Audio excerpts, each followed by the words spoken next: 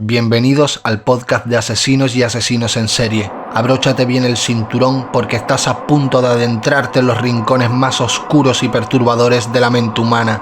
Yo soy Miedo a Voces y esto es el Club del Horror. Ted Bundy, el joven seductor que se convirtió en un perverso asesino en serie de mujeres. Génesis de un asesino. Theodore Robert Cowell nació en Burlington, Vermont, el 24 de noviembre de 1946. Sus escasos 42 años de vida fueron suficientes para cometer los 30 crímenes confesos de mujeres, pero se estima que fueron muchos más. ¿Se nace criminal? ¿Qué patología encerraba la personalidad de Ted? ¿Su crianza engendró al monstruo? ¿Por qué sus víctimas eran mujeres? Las respuestas no solo corresponden a los técnicos peritos policiales o judiciales. Hay muchos del orden de la psicología y la psiquiatría que podrían acercar algún intento de explicación sobre los mecanismos que se activan en Bundy para cometer el espanto. ¿Acaso será necesario bucear en la primera infancia para comenzar a desandar un camino? Un posible sendero que explique en alguna medida la tragedia, si es que se puede explicar. Ted tenía 3 años cuando colocó alrededor de su tía, que se encontraba dormida, una cantidad importante de cuchillos afilados apuntando hacia ella. Cuando despertó, la mujer se consternó ante la mirada perturbadora del niño, germen indudable de lo que sería su vida. Las cosas no marchaban con normalidad en la casa materna. Ted era hijo de Leonor Louise Cowell, su padre desconocido. Fue criado y educado por sus abuelos, quienes le hicieron creer que su madre era su hermana. La mujer no aceptaba la maternidad, rechazaba a ese hijo que tuvo muy joven. El abuelo, por su parte, maltrataba a su esposa, con lo cual el clima de violencia reinaba en el hogar. En 1950, Eleanor se mudó a Washington, donde se casó con John Culpeper Bundy, quien generosamente le dio el apellido a aquel pequeño Ted. De todos modos, el niño jamás quiso al hombre y siempre mantuvo una relación agresiva hacia él. La violencia ejercida por el abuelo de Ted hacia su madre habría sido la causa por la que el joven decidió partir de aquella casa de poca sanidad emocional. Quería preservar su pequeño hijo y encontrar el amor definitivo. El plan, los deseos, no se concretaron como esperaba. Con ese contexto a cuestas, era previsible que el vínculo de Ted con la sociedad haya sido complejo. No tenía amigos y era fóbico a cualquier tipo de contacto con chicos de su edad. A los mayores los observaba con desconfianza. Vivía desconectado física y emocionalmente de la afuera, al punto que, a la hora de comunicarse, tartamudeaba. Su mayor entretenimiento era capturar animales y descuartizarlos. Ted se balanceaba en un equilibrio dudoso entre la baja consideración propia y su opuesto. Su personalidad lo llevó a desarrollar un potente narcisismo y amor propio patológico. Era un ególatra, una buena contradicción, tímido y sobrevaluado en la autoestima. En la adolescencia ya mostraba serios signos de desprecio hacia la sociedad, consumado una y otra vez pequeños hurtos. La cosa empeoraría con el ingreso a la universidad. Ted Bundy seducía a sus víctimas y luego las asesinaba con sadismo. El amor y la tragedia. Quizás buscando entenderse, cuando llegó la hora de los estudios universitarios eligió la carrera de psicología. Siempre obtuvo buenas calificaciones en la Universidad de Washington y en la Universidad de Puget Sound. Logró su licenciatura, pero duró poco en sus primeros empleos. Y si buscó pensarse desde los estudios freudianos, tiempo después logró, además, una matrícula de Derecho.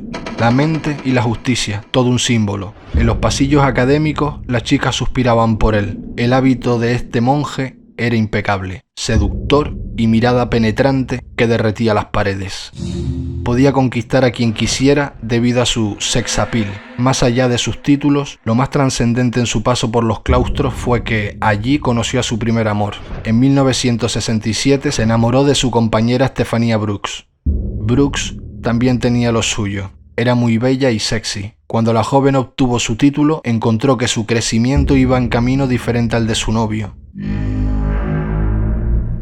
Miedo AV. Mi aplicación de terror para Android ya está disponible para descargar en Play Store. Si quieres pasar una noche de miedo, atrévete. Descárgala gratis y forma parte del Club del Horror.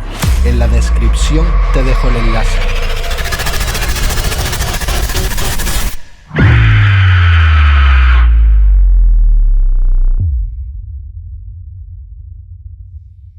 razón por la cual decidió cortar la relación. Esto jamás fue superado por Ted, quien se obsesionó con ella y la persiguió durante mucho tiempo intentando recomponer el vínculo. Estefanía se peinaba con raya al medio, característica que tendría buena parte de las víctimas de Ted. En este mismo tiempo se enteró de que su hermana era, en realidad, su madre. Algún matiz edipiano rodaba el vínculo de Ted, con quien ahora sí se confirmaba como su progenitora. Estas circunstancias, ambas vinculadas con mujeres, despertaron en el joven al criminal adormecido que llevaba dentro. Sin amor y con una madre que se había camuflado en hermana, demasiado para un hombre psíquicamente enfermo. La ira y el resentimiento para con las mujeres no tardaron en concretar una tragedia detrás de la otra. Antes de convertirse en el monstruo asesino, culminó con sus estudios. Ya recibido, llegó a participar activamente en la política, en las filas de los representantes comunales de Richard Nixon. Todo indicaba que Bundy había madurado.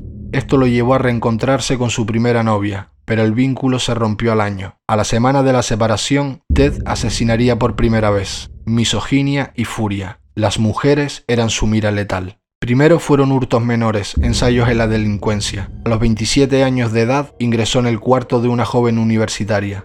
Fue tal la paliza que le propinó que terminó por dejarla con daño cerebral de por vida.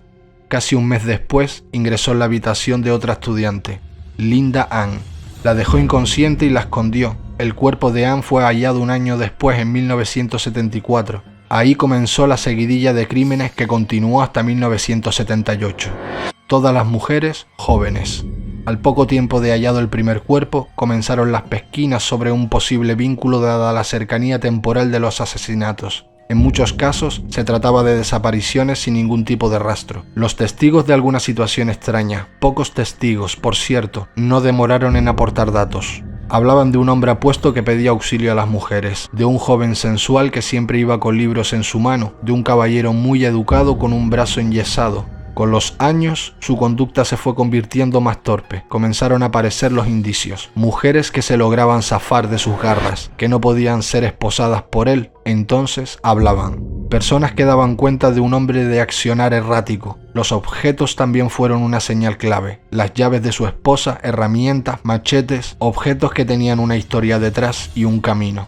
Bundy cambiaba de ciudad permanentemente para no ser identificado, pero su vehículo, aquel ya legendario color crema, iba dejando rastro, huellas. El 16 de agosto de 1975, la policía a pie detuvo aquel vehículo de características similares al denunciado. Su conductor se dio a la fuga, pero posteriormente fue arrestado. Era él. En el vehículo encontraron todo tipo de objetos que podrían convertirse en armas letales. Allí estaba, en el asiento trasero, la barra de hierro utilizada para matar, su arma predilecta. El 23 de febrero de 1976 comenzó el primer juicio en su contra. En prisión fue sometido a estudios psíquicos y físicos. No habían signos de drogas ni los estragos del alcohol. Conciencia pura para cometer los crímenes. En aquel primer juicio, Carol Darronch lo reconoció. Ella había podido escapar de sus garras y dijo: «Ese es el hombre que intentó secuestrarme», aseguró la joven. 15 años de prisión con posibilidad de salida condicional, sabor a poco. Sin embargo, los peritos continuaron trabajando y encontraron en el vehículo de Bundy cabellos que correspondían mediante análisis con el de dos de las chicas encontradas asesinadas, Melissa Smith y Karen Campbell, cuyos cadáveres presentaban las huellas de una golpiza con una barra de hierro. Era el principio del fin de Ted Bundy. Comenzó un segundo juicio. Ted despidió a sus abogados defensores y comenzó él mismo su propia defensa. Para instruirse, pedía permiso para acudir a la biblioteca de la corte de Aspen. El 7 de junio, sin perder las mañas, saltó por una ventana y escapó. Volvió a matar. Tardaron en apresarlo nuevamente. Sucedió cuando intentaba robar un vehículo similar al suyo. En enero de 1977 volvió a huir, esta vez por los techos.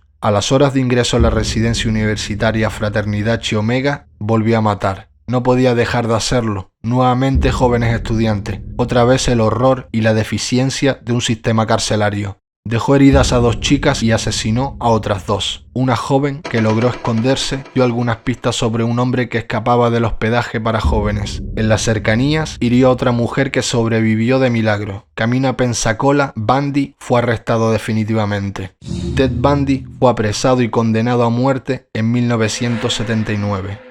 Juicio final. Tomó 7 horas de deliberación la sentencia de su último juicio. Aquel 31 de julio de 1979, el juez Coward fue claro y directo.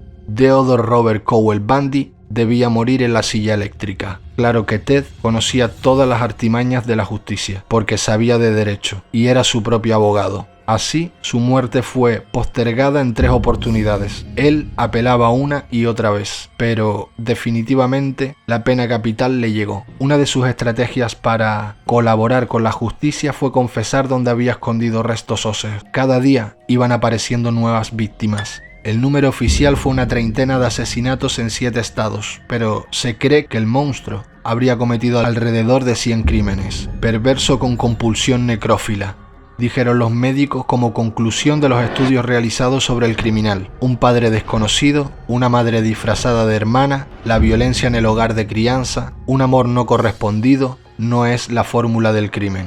No son los materiales con los que se construye un criminal. Se trata del universo de un ser humano esperpéntico, diría Valle y Clan. Theodore Robert Cowell Bundy, el famoso Ted que sembró el pánico en las mujeres de su época. El personaje en el que se sostuvo la crónica policial, el ensayo literario, el cine documental y la ficción inspirada en la realidad. Theodore Robert Cowell Bundy, el perverso que pensó en Dios cuando despertó luego de haber cometido su primer asesinato. Aquella imagen no fue suficiente para sembrar la culpa y el arrepentimiento. Ese Dios, su Dios, no logró hacerle vencer el derroteo de furia, resentimiento y despecho hacia las mujeres. Ted Bundy, uno de los peores y más peligrosos violadores y asesinos en serie de mujeres en Estados Unidos, fue ejecutado en 1989. Un día antes de su muerte, el 23 de enero, pidió ser entrevistado con el psicólogo James Dobson. En esa conversación muestra su arrepentimiento y deja un mensaje directo sobre las consecuencias de lo que uno ve, oye y lee desde la infancia. Y aquí es donde entra la pornografía. Vídeos para adultos. Está claro que la influencia de la pornografía y en particular la pornografía violenta no afecta a todos por igual, y menos para llegar a esos extremos. Hay muchos condicionales, especialmente de salud mental. El mensaje de Bundy se dirige principalmente a las personas más propensas a consumir este tipo de contenidos. Es evidente que estamos ante un caso tan singular y extremo que no se puede extraer consecuencias ni reglas. Sirve, en todo caso, para presentar la condición humana y asomarnos a su enorme complejidad tan cerca del mal más absoluto como la petición de perdón y arrepentimiento horas antes de morir. 30 años después, es un buen momento para recuperar algunos fragmentos de aquella entrevista. Dobson se dirigió a Bundy. «¿Eres culpable de asesinato de mujeres y niñas?» Bundy le respondió, «Sí, es verdad». Dobson le volvió a preguntar, «¿Cómo ocurrió? Cuéntame. ¿Cuáles son los antecedentes de tu comportamiento? ¿Creciste en un hogar que tú consideras que era sano? ¿No abusaron de ti física, sexual o emocionalmente?» Bundy respondió, «No. Y esa es la parte trágica de esta situación. Me crié en una casa maravillosa con 2 padres dedicados y amorosos y otros 5 hermanos y hermanas. Éramos el centro de las vidas de mis padres. Habitualmente íbamos a la iglesia. Mis padres no fumaban, ni bebían, ni apostaban en juegos. No había ningún tipo de abuso ni peleas en casa. Cuando tenía 12 o 13 años encontré fuera de mi casa, en la tienda del barrio, una revista de porno suave. Los chicos de esa edad suelen explorar cada esquina del vecindario y en el nuestro a menudo nos encontrábamos en la basura con libros más gráficos, más duros. Esto incluía también revistas de detectives y me gustaría enfatizar en esto. El tipo más dañino de pornografía, desde mi dura experiencia personal, es aquel que implica violencia sexual, la unión del sexo y la violencia. Y lo sé muy bien, conduce a un comportamiento demasiado terrible de describir. Dobson quiere más respuestas. Háblame de eso. ¿Qué se te pasaba por la cabeza en aquel momento? Bundy le responde, antes de seguir, es importante que la gente crea que lo que digo es cierto. No estoy culpando a la pornografía. No estoy diciendo que me hizo hacer ciertas cosas. Toda la responsabilidad por las cosas que he hecho es mía. Esa no es la cuestión. La cuestión, cómo este tipo de literatura contribuyó a moldearme y a dar forma a mi comportamiento violento. Dobson le dirigió unas palabras. Solo habías llegado hasta donde te dejaba tu fantasía, con material impreso, fotos, vídeos, etc. Y después tuviste la necesidad de llevar ese plano al físico. Una vez que te hiciste adicto solo buscabas material más potente, más gráfico y más explícito. Como en cualquier adicción, cada vez necesitas algo más duro y que te dé un mayor sentimiento de excitación. A lo que le pregunta Bundy, ¿cuánto tiempo estuviste esperando antes de asaltar a alguien. Bundy le responde: un par de años. Luchaba internamente contra mi comportamiento violento y mi instinto criminal. Esto me había condenado en la iglesia y en el vecindario o en los colegios. Sabía que no estaba bien pensar en ello y hacerlo sin duda era peor. Estaba al límite y los últimos vestigios de contención eran continuamente puestos a prueba. Entonces Dobson le preguntó: antes de eso, ¿nunca supiste de lo que eras capaz? Bundy le responde: no hay forma de describir la necesidad brutal de hacerlo, y una vez que has satisfecho esa necesidad y gastado esa energía, volví a ser yo mismo. Básicamente era una persona normal, no era un tío de esos que pasan el día por los bares ni un pervertido de esos que ves y dices: algo raro pasa con ese tipo. Era una persona normal con buenos amigos, aquellos que hemos estado tan influenciados por la violencia en los medios, particularmente la violencia pornográfica. No somos monstruos, somos vuestros hijos y maridos. Crecimos en familias normales. La pornografía puede llegar a cualquier casa hoy en día. A mí mismo me pasó con 20 o 30 años, con todo lo diligente y protectores que eran mis padres. Incluso en un hogar cristiano como el nuestro, no hay protección alguna contra la tolerancia y la influencia de la sociedad. A lo que Dobson dijo: ¿sentías que el porno duro y la puerta que conduce a él, el porno blando, está haciendo un daño que se silencia y está causando que otras mujeres sean violadas y asesinadas como hacías tú? No soy científico, no pretendo creer lo que Yonku, pero he vivido en prisión durante mucho tiempo y he conocido a muchos hombres que se sentían motivados a cometer actos violentos. Todos ellos, sin excepción, estaban involucrados profundamente con la pornografía, consumidos por la adicción. El estudio del FBI sobre asesinos en serie muestra que el interés común entre todos estos asesinos es la pornografía. Y es la verdad. Dobson le pregunta: ¿y cómo habría sido tu vida sin esa influencia? Bundy le responde: sé que habría sido mucho mejor, no solo para mí, sino para mucha otra gente, mis víctimas y sus familias. No hay duda de que habría sido una vida mejor. Estoy convencido de que no habría habido ningún tipo de violencia. A lo que Dobson dijo: uno de los últimos asesinatos que cometiste fue el de la niña de 12 años, Kimberly Leach. El clamor del público se oye mucho más sobre este caso porque una niña inocente de 12 años fue llevada del patio del colegio. ¿Qué sentiste después? ¿Sentiste las mismas emociones de siempre? Bundy le respondió: no puedo hablar de eso ahora mismo, es demasiado doloroso. Me gustaría poder contarte la experiencia, pero no soy capaz. No puedo ni siquiera imaginar el dolor de los padres y de estas niñas y jóvenes a las que he dañado. No pretendo que me perdonen, no lo estoy pidiendo. Ese tipo de perdón solo lo concede Dios. Dobson le pregunta: ¿entonces mereces el castigo que te han impuesto en el Estado? Bundy responde: esa es una buena pregunta. No quiero morir, no te voy a engañar. Sin duda merezco el castigo más duro que la sociedad me puede imponer, y creo que la sociedad merece ser protegida de mí y de otros como yo, seguro. Lo que espero que salga de esta conversación es que creo que la sociedad merece protegerse de sí misma. Esta fue la última entrevista que concedió Bundy. Antes de terminar este episodio me gustaría darte las gracias por escucharme una vez más. Quiero mandarte un saludo a ti y a toda la gente que me escucha desde todos los rincones del planeta. A toda la gente que me escucha desde México, Estados Unidos, gente que me escucha desde España, Colombia, Chile, Perú, a la gente en Canadá, Uruguay, Francia, tú que me escuchas desde Argentina, Suecia, Inglaterra, Guatemala. Un saludo para la gente de Panamá, Rusia, Brasil, Honduras, Ecuador, Puerto Rico. Gracias por escucharme desde Japón, Alemania, Bolivia, Paraguay, República Dominicana. Por favor, si este episodio te gustó, suscríbete para que no te pierdas los próximos episodios. Actualizo una vez en semana, sin excepción. Si quieres ser el primero en enterarte de todo, te invito a visitar mi blog, miedoavoces.com. Si prefieres disfrutar de mis contenidos de manera visual, te invito a visitar mi canal en YouTube. Muchas gracias por acompañarme en este viaje. Te veo en el siguiente episodio y te deseo buenas noches.